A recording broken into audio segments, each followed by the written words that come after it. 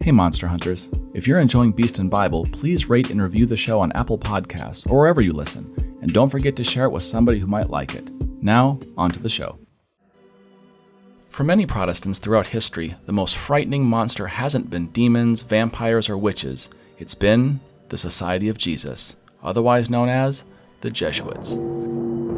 They are the boogeymen for many Protestants who suspect them of infiltrating their civic institutions and churches to turn them Catholic. Or, if you read the comics of fundamentalist comic Jack Chick, something far more diabolical.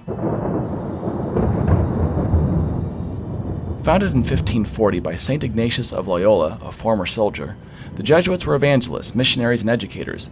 They took a special vow to the Pope and were expected to go anywhere, even in the most extreme conditions, in support of the Church's mission, earning them the nickname of the Pope's shock troops. As early as 1550, conspiracy theories about their order began to emerge. Augustinians and Dominicans, among others, had members of their orders who grew highly suspicious of the Jesuits, at times condemning them from their pulpits.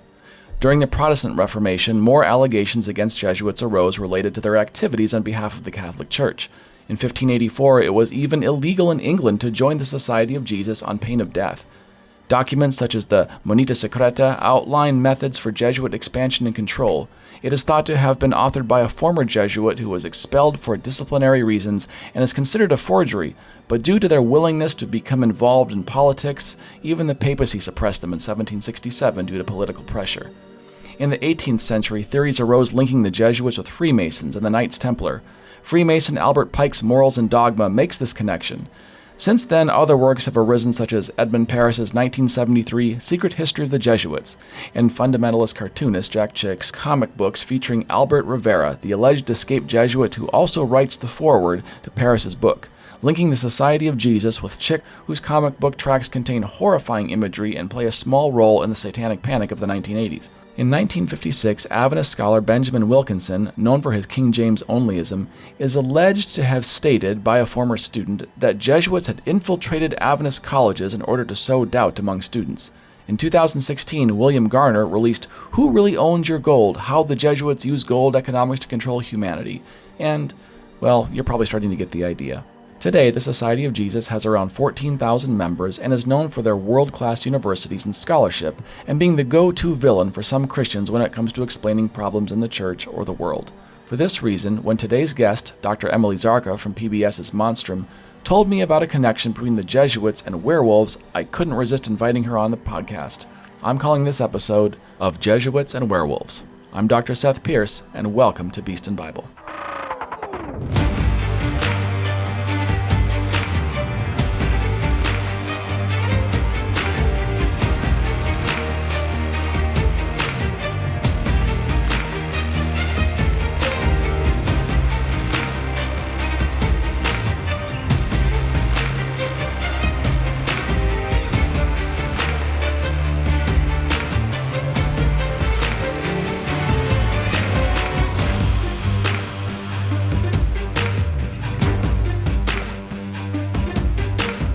Thank you so much for being here today. Thank you so much for having me. So to begin, tell us a little bit about yourself and your work before we dive into today's topic. Sure. So I am a monster expert. I hold a PhD in British Romantic Literature and the Gothic, but more broadly, my work looks at human history as monster history.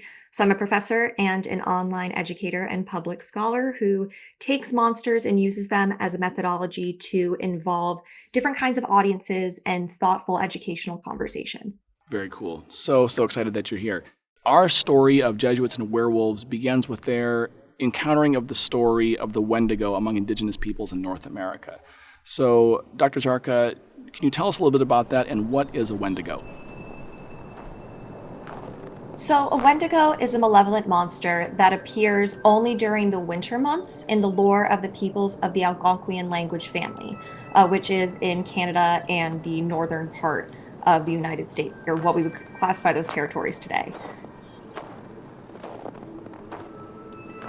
The thing to keep in mind about the Wendigo is that there's so many different variations of the creature that it's hard to give the single definition. But that being said, broadly, the Wendigo is a giant, very thin, humanoid figure with large razor-sharp teeth and claws who has an insatiable appetite for human flesh. So, of course, he was something that's eating human flesh. The dangers of the Wendigo represent not only cannibalism, but selfishness as a whole in those communities as well, because the Wendigo actually used to be human before it transformed into the monstrous, terrifying creature that it's said to be. So the Jesuit missionaries are working with the indigenous peoples. They hear this story of this horrific creature that's linked to cannibalism and all sorts of other things. How did they process the hearing of this story?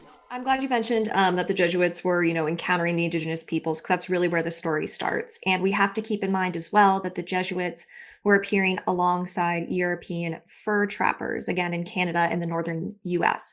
So particularly those fur trappers, they, for the benefit of their own, livelihoods, wanted to integrate as much as they could into the cultures of the area, hypothetically.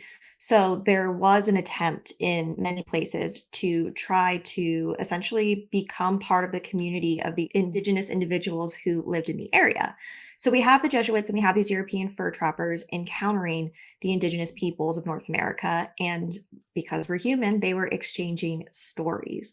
And like so many historical moments before, the religious men, in this case, the Jesuits, they were the ones writing down these stories initially. So we actually get the first written record of the Wendigo in the 17th century from a Jesuit priest.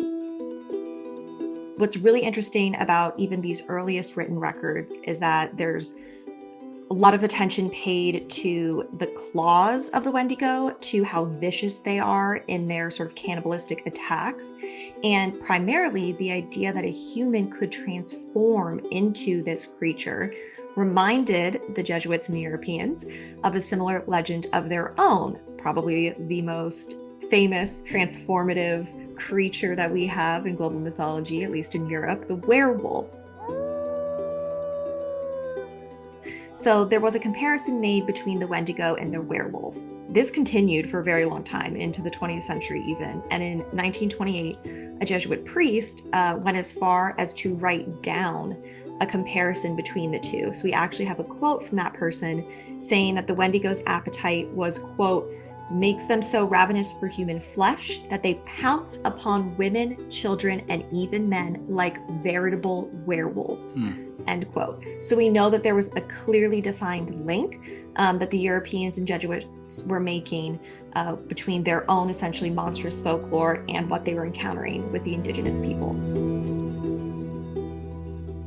Yeah, and I guess that would make sense from the perspective of a Jesuit. There were times in European history where there were werewolf trials that the church, conducted to see who was a werewolf, and obviously it was linked, to witchcraft. So there's some really unique stories that come out of Europe. There was one gentleman who was accused of being a werewolf. I guess he was in his 80s, and he actually went on record and claimed it's true, but I'm doing it for the Lord, and talked about how he and his friends would transform into the hounds of heaven and then go into hell and drag people back. So there is a very clearly established mythology of the werewolf, and not just myth in the sense that we think of fanciful stories, but stories that actually played out in courts of law where people were really putting others on trial for being these alleged, fantastical beings. Absolutely. And I think what's so important that you brought up there as well is this connection between the werewolf and the demonic.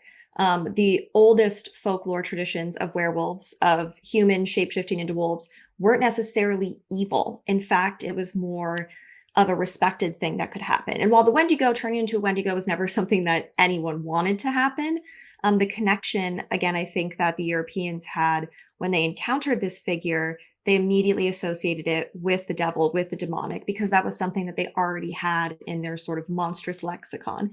So again, I think what's really interesting about that as well is you brought up this idea of the werewolf trials, but there were actually some cases of people being brought to court in North America for what was titled, quote, Wendigo killings.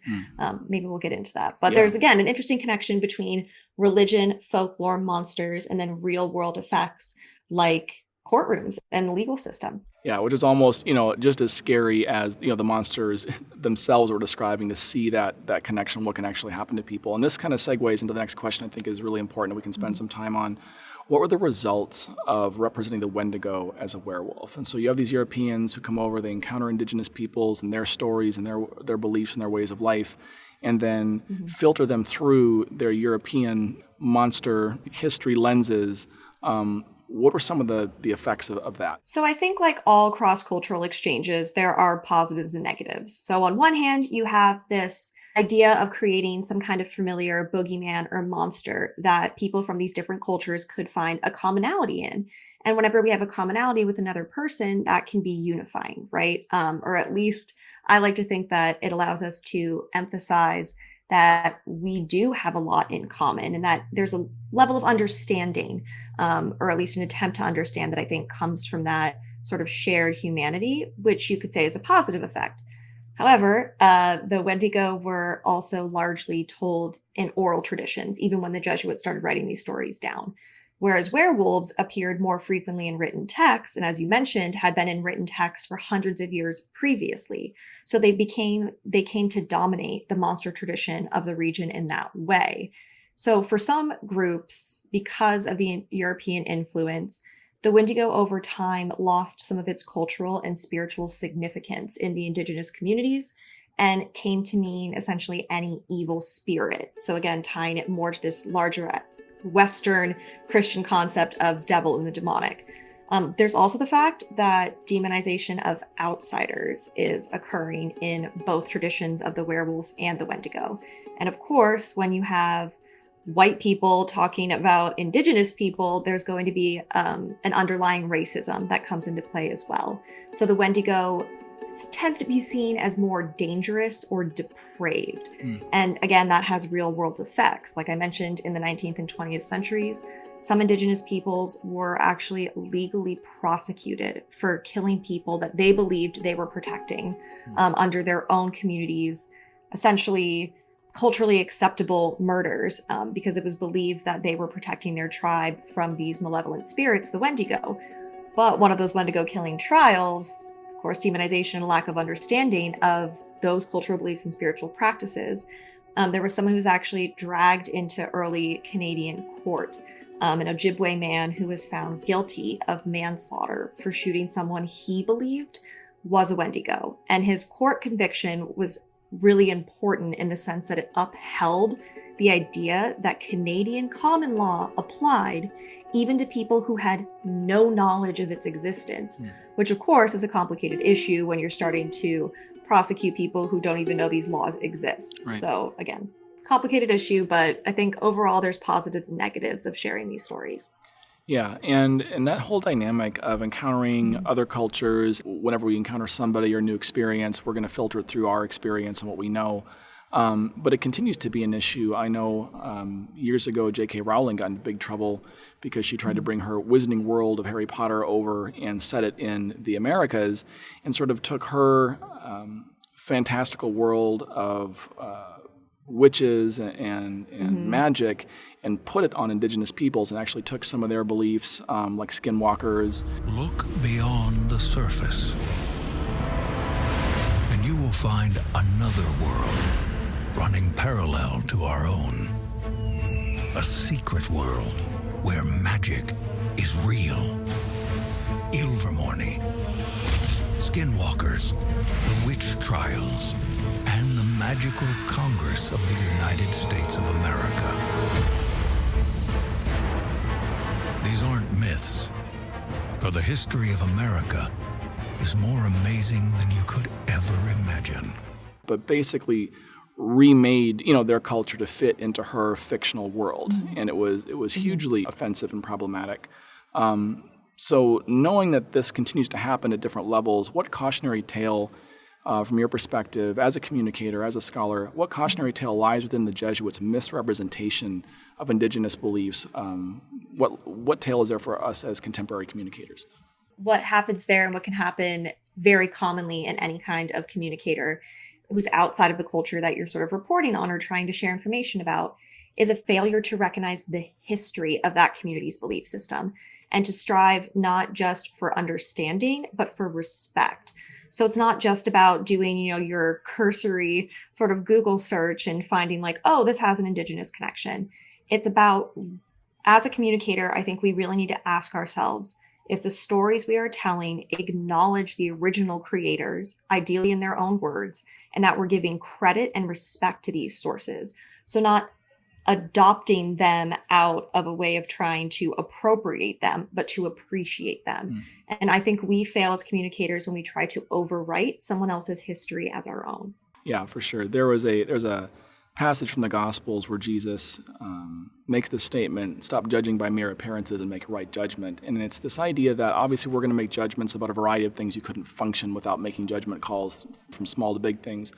But in a world where all our media is very fast, very reactionary, and we encounter something new, it's very tempting to sort of do that, like you mentioned, that cursory research, and then make a statement, retweet it, make a comment, do something without really taking the time to understand what am I actually seeing here?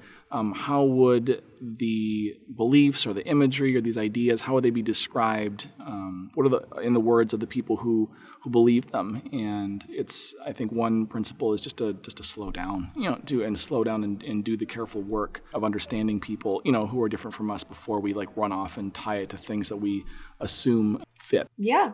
And it is work. I mean, this is an intellectual exercise. This is why we teach literature classes and English composition classes and, any kind of communication course at the college level or, at lower levels of schooling. It's about learning how to be more effective in how we tell our own stories. And I think in my methodology, the only way we can do that is by exposing ourselves to all different kinds of storytellers. So there is effort. You have to do your research. You have to approach it respectfully and, more importantly, with open-mindedness. As you said, we're not all going to agree on the same beliefs, but I think one thing we can agree on is that we're all human and we're all afraid of something and we're all trying to do our best, hopefully, however you define that. And so by hearing stories about how people sort of make those categories, I think helps us better understand ourselves. Absolutely. So tell us a little bit about Monstrum, your work with Monstrum and PBS. And when you're looking at all these different monsters from different cultures, what are some things that you keep in mind as you're researching them before you get up in front of the cameras and represent a culture? So Monstrum is in its 4th season on YouTube underneath the Storied channel for PBS, which is sort of their flagship humanities channel. And Monstrum, again, looks at human history as monster history. So the first thing I am above anything else is I'm a researcher. That's my background training as a literary scholar.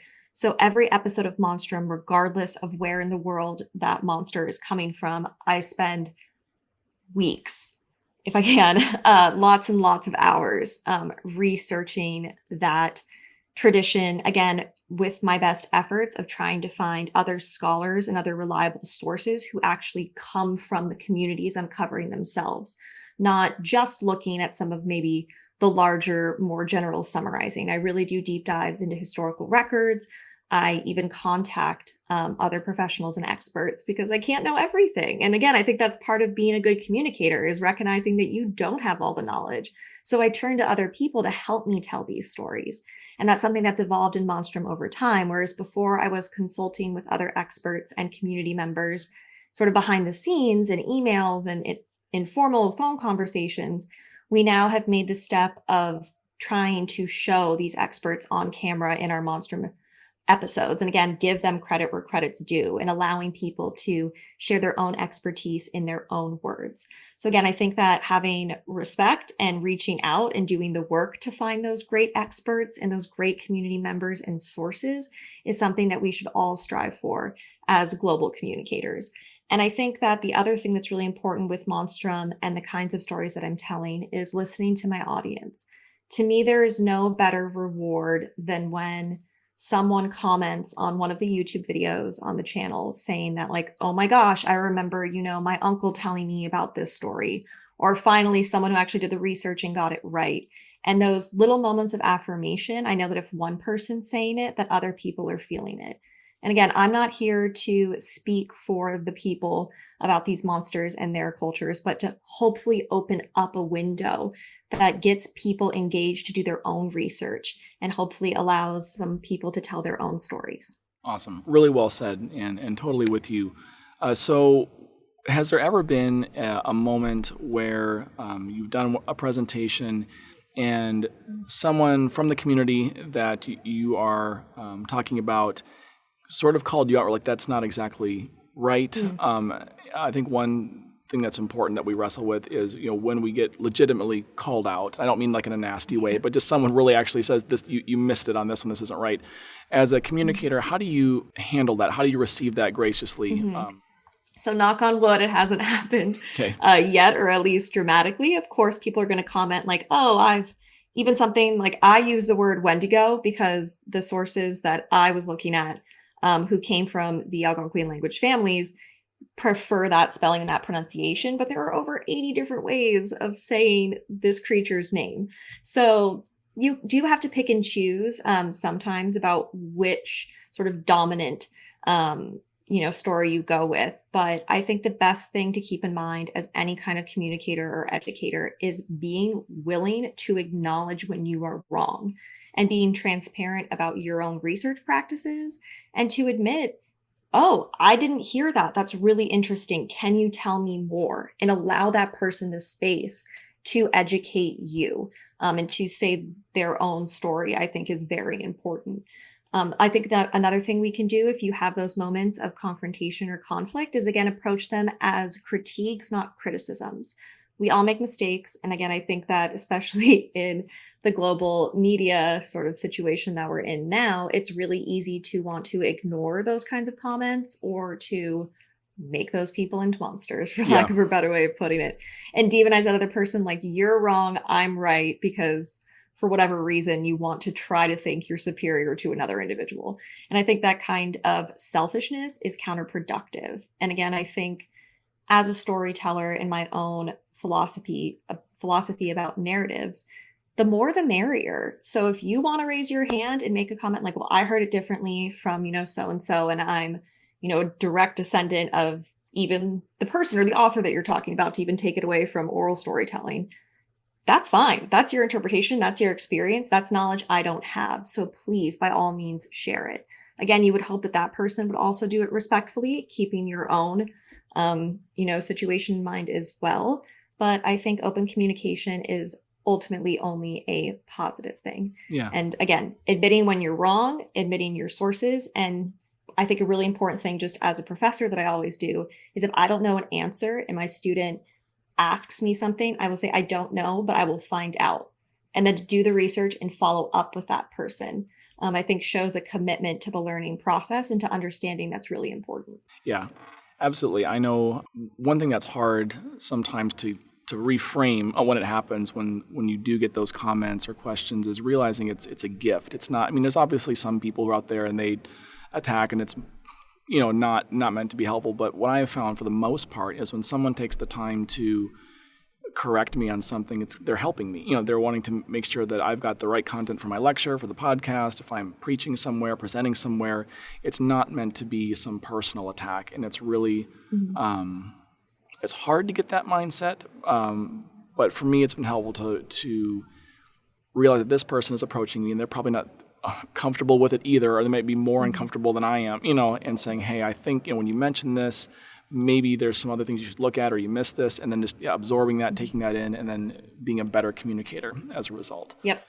And doing better in the future. So taking that lesson and that moment of learning and applying it to the other stories that you're telling and the other, interactions that you're having with people, I think is another really important practice as well. Absolutely. So is there anything that you would recommend for our listeners if they want to find out more about the Jesuits and these werewolves, or just werewolves and Wendigo? What are some sources that they could go and look up to get a little bit more information? Well, I'm going to selfishly plug.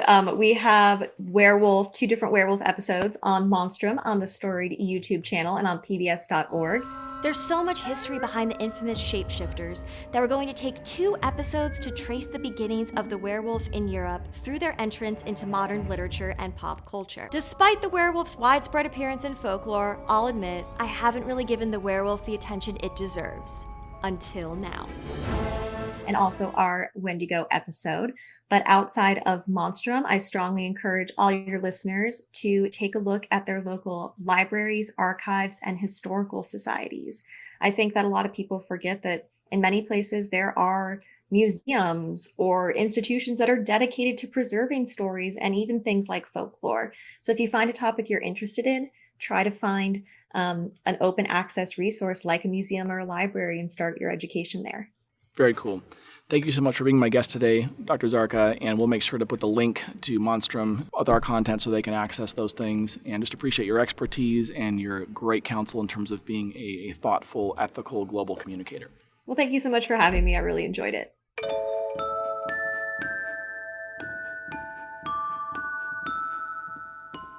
I hope you enjoyed hearing from Dr. Emily Zarka and will take time to check out her important cultural work on PBS's Monstrum. Throughout the Bible, we have several stories of people mislabeling others as monstrous. Even Jesus is said to have a demon by religious leaders. Whenever we encounter a new person or a new culture, it's important to remember that they have intrinsic value even if we don't understand them at first. We also tend to make what's called the assumption of similarity, which means in our efforts to comprehend someone new, we try to tie them to something familiar to us. It's important to find common ground, but in that process, we can't strip the other person of what makes them unique and try to assimilate it into our preferences and normals. As Dr. Zarka said, it is slow work to understand others, but if we value people like God does, we will take the time, as Jesus did, to know them better. For our next episode, I will be joined by two scholars to explore what is arguably the most disturbing and monstrous story in the Hebrew Scriptures. It is a biblical slasher that has left many people confused, horrified, and questioning how such a tale could be included in the pages of Holy Scripture. I hope you'll join me next time right here on Beast and Bible.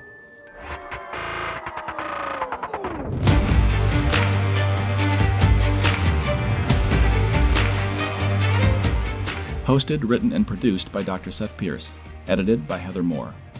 Logo design and social media by Chelsea Ernina. Tech and equipment support by Steve Husett and James Gigante. Project support by Heather Moore.